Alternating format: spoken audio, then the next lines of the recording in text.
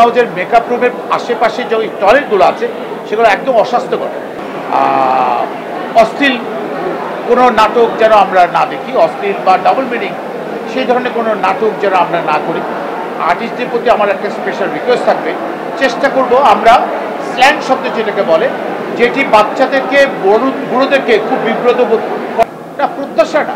আমরা চাই যে একটা সুন্দর বাংলাদেশ, সুন্দর সুন্দর নাটক, সুন্দর সুন্দর বিজ্ঞাপন, সুন্দর সুন্দর ছবি হবে এবং বস্তুনিষ্ঠ সংবাদও হবে, স্বাভাবিক সুন্দর সুন্দর নাটক হবে। সেটি যেন অবশ্যই অশ্লীল কোনো নাটক যেন আমরা না দেখি, অশ্লীল বা ডাবল মিনিং সেই ধরনের কোনো নাটক যেন আমরা না করি।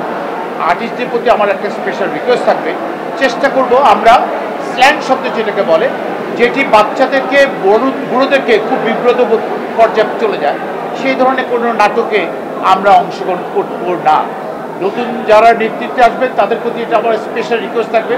আর অবশ্যই দেশকে রিপ্রেজেন্ট করার জন্য যত ধরনের ভালো বড় ইন্টারন্যাশনাল স্ট্যান্ডার্ড কন্টেন্ট দিয়ে যেন নাটক এবং web film, web series and বড় পর্দার ছবি যেন হয়, এটি হচ্ছে নতুনদের প্রতি আমার একটা রিকোয়েস্ট। দিয়েছে সে জায়গাটা হয়েছে অনেক নতুন নতুন কনসেপ্ট এসছে এবং অনেকটা চেষ্টা করেছে। ওনারা যে ফেলিয়ার হয়েছে তা আমি বলবো না। একটা একটা একটা যে কোনো একটা কাজের ধারাবাহিকতা আছে, ছন্দপতন তো হবেই, স্বাভাবিক। হয়তো উনি যেভাবে চেয়েছেন সেভাবে হয়নি, সেটার জন্য তো ওনাকে দায়ী করা যায় না, তবে চেষ্টা করেছেন।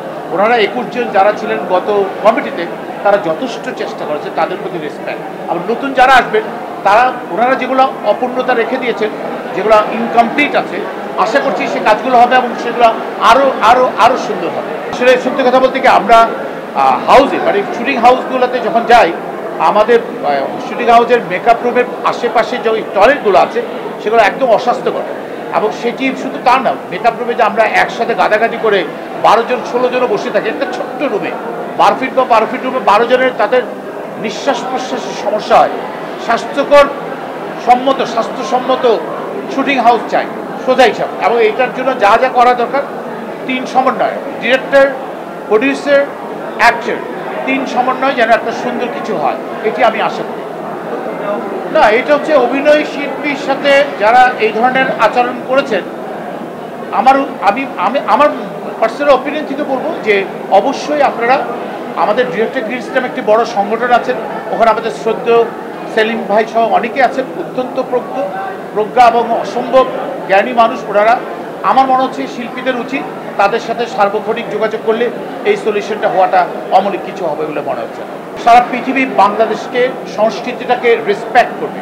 এখন যখন আমরা কোরিয়ান ফিল্ম দেখে ওয়াও, আমরা হলিউডের ছবিগুলো দেখে ওয়াও দুর্দান্ত, বাংলাদেশের ছবিগুলো সারা পৃথিবীর লোকজন দেখে যখন বলবে দুর্দান্ত হচ্ছে, অসাধারণ অসাধারণ, সেই জায়গাটা দেখতেছে। তবে হ্যাঁ আজকে 10-12 বছর ধরে বাংলাদেশের ছবি দাবড়িয়ে বেড়াচ্ছে বিভিন্ন ইন্টারন্যাশনাল ফিল্ম ফেস্টিভ্যালে, Pusan international film festival, London international film festival, Asian film festival, প্রচুর ফিল্ম ফেস্টিভ্যালে যাচ্ছে।